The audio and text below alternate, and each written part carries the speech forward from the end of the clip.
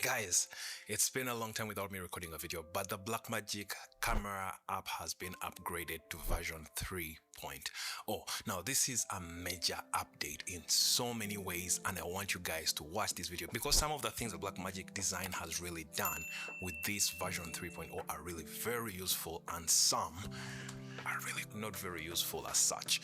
Others really raise your production level, and others are just there really kind of mundane. If you're a person that just shoots videos on your smartphone, Android or Samsung, it really doesn't matter because this 3.0 version was upgraded for all operating systems. I have a list here of the things that Blackmagic Design has upgraded in the version 3.0. The very first one that I really want to talk about, because this one here is very useful, is OpenGate. Now, OpenGate is a video format that was actually begun, was it Nikon or Panasonic? One of those two brands introduced OpenGate in their consumer models. And OpenGate really just gives you a wider field of view. In other words, the camera's full sensor is being utilized, where you're getting a video that is 40,032 horizontal and 30,024 pixels wide, which is very cool. Now that gives you a lot of flexibility in post-production, especially if you're posting across platforms such as YouTube, Instagram, TikTok. I mean, you can post your videos across all platforms. You don't have to be shooting videos for Instagram and then shoot another video for YouTube. Let's say you want to shoot horizontal and vertical, so you can shoot horizontal and vertical videos with just one video. And in post-production, you can crop your video either to vertical or horizontal depending on what platform you're posting your videos on. While this is a major update, it's only available when recording in Rec 709 and P3D65. If you're going to be recording in Apolog, it's not available when recording in Apolog, except if you're shooting with the new iPhone 17. With the new iPhone 17, OpenGate is available for all color profiles. So one more thing about OpenGate, image stabilization is disabled. That button that allows you to turn on image stabilization is disabled. So that is something that you need to look out for if you ever decide to shoot your videos in OpenGate. Because what OpenGate does is now you're shooting on a whole sensor, but before, without OpenGate, the camera kind of compensates for image stabilization by cropping in on your sensor so that it gives you the best image in the center of the frame that is well stabilized. But with OpenGate now, you can bring your video into post-production and use image stabilization in Adobe Premiere Pro or DaVinci Resolve and stabilize your videos. Upgrade number 2 is the frame rate button, and this one is really very useful. You know, before this version, if you wanted to access time-lapse in the older version, you needed to go into the settings and then you would access time-lapse. But now, under the frame rate button on the user interface, you simply tap there, you'll find time-lapse at the bottom. In the older version, we only had off-speed recording at the top. Now we have off-speed recording at the top and we have time-lapse recording at the bottom. That is cool and handy. The next update is the camera light. Now, if you film in the dark, let's say you're out there filming and it's dark and the only thing you have with you is your smartphone, now the camera light is enabled on the new version of the Blackmagic camera app version 3.0.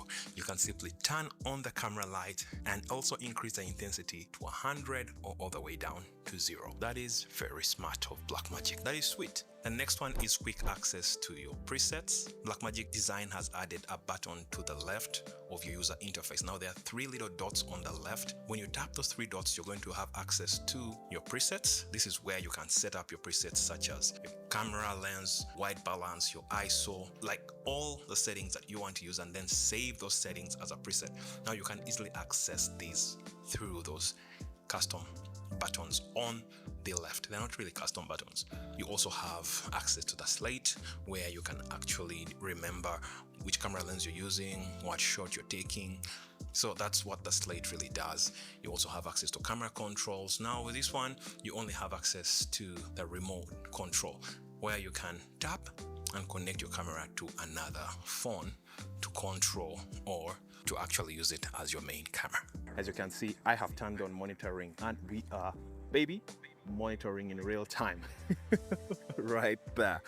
Now speaking about the user interface, on the right we have the function buttons. Now this one is a big biggie. It's a big one. You guys know how we have function buttons on the Sony cameras, C1, C2, C3, and so on and so forth. With this update, Blackmagic Design has added function buttons on the Blackmagic camera app.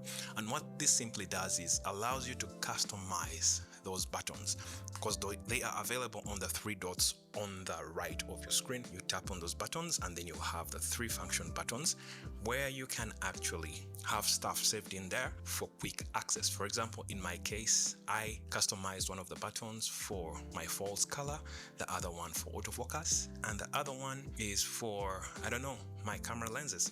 You can literally customize those buttons for whatever you want. In order to set them up, you have to go into the settings of the Blackmagic camera app like always, and then you select what you want to add into those custom buttons, and they will be available on the user interface. Oh, another one, histograms. This one is a very, very good one. So before this version, the histograms were available, like you would see a little histogram on the left hand bottom of the screen. But now when you tap on that histogram, it's expandable. It becomes big and you're able to see your colors well. It helps you with exposure, really monitoring and seeing how your video is well exposed. On the Android, this function here, it's more useful on the Android because you can easily isolate the colors, that the RGB, that's red, green, and blue. But on the iOS version, you really can't isolate those colors. All you have, you can increase the transparency or increase the opacity of the histograms, which is a handy feature to have because it helps you with making sure that your videos are well exposed. You guys think about live streaming, right? For example, you want to live stream on YouTube, Facebook, TikTok, I don't know, all these platforms, and you want to, live stream. Now, Blackmagic Design in this version 3.0 of the Blackmagic camera app, they have added live stream. You can actually live stream videos from your Blackmagic camera app, but this feature here is actually not available on iOS. I tried tapping on it and it just couldn't work. I would only see connect to the cloud, and there was really nothing much I could do. But these guys on Android, man, they have access to this button. In fact, it's been there for not so long, but it's been there. You can actually stream, but it just recently came to iOS. You can now stream directly. Use the Blackmagic camera app as your main camera. Gives you more control, right? So you have well-controlled exposure. Your exposure will not shift anyhow when live streaming from the Blackmagic camera app. I hope in the next update, we iOS guys also get an update and should be able to access the live stream function. Think about creativity. As a creative, you always want to do things quickly, right? Now, Blackmagic has added the LUTs. 3D creative LUTs have been added on the Blackmagic camera app. That is cool. Thank you, Blackmagic, for doing that for my folks that love burning LUTs into their videos. Burning LUTs into your videos is something that you can do if you want really to produce your videos quickly and you don't have to struggle with color grading and color correcting. But the caveat here is you want to make sure that your video is well exposed, all your colors are well dialed in, so that in the event that you burn the LUT in, you're not going to be regretting and saying, oh, I wish I didn't burn my LUT in, because now in post-production, you can't change. And I think it's like baking a cake and you really now can't unbake that cake because you have already baked in the damn LUT. I would advise that you don't bake the LUT in. We have 10 creative LUTs that Blackmagic Design has added, so you can select them and slap them on your video and you're good to go. And the other beauty is you can download these LUTs. For example, if you decide not to burn the LUT into your video, you can just go into the settings in the HUD, the LUT manager, and select the LUTs that you want to download, so that when you come into your editing programs such as DaVinci Resolve or Adobe Premiere, you can import those LUTs from Blackmagic Design or from your Blackmagic camera app into your editing suite, and then just apply the LUTs and do some more color grading with those LUTs. Now, talking about the user interface and the LUTs, the LUT button has been upgraded. Before, we just had a little LUT thing showing up on our screen. In fact, was always on the left hand top corner. But now we have that, but we also have an additional LUT button that allows you to select the LUTs that you want to use.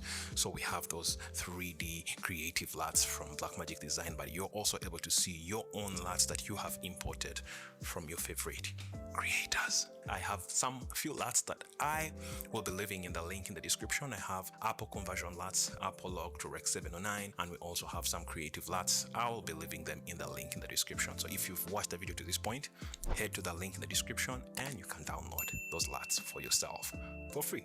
I really think those are the major updates on the Blackmagic camera app. They also have like sync recording across the cameras and the controller, which is a very cool thing to have. But really, for a person who just shoots everyday videos on a smartphone, do you really need sync recording? Maybe not. So I really don't find that very useful. But the ones I've just talked about, those are the key upgrades that I think are very useful, that everyone would actually want to try out and use, right? Guys, there you have it. If you found value in the video, hit the subscribe button, like the video, share the video so it gets to more people. Otherwise, with that said, I really love you guys, and say hi to your mom.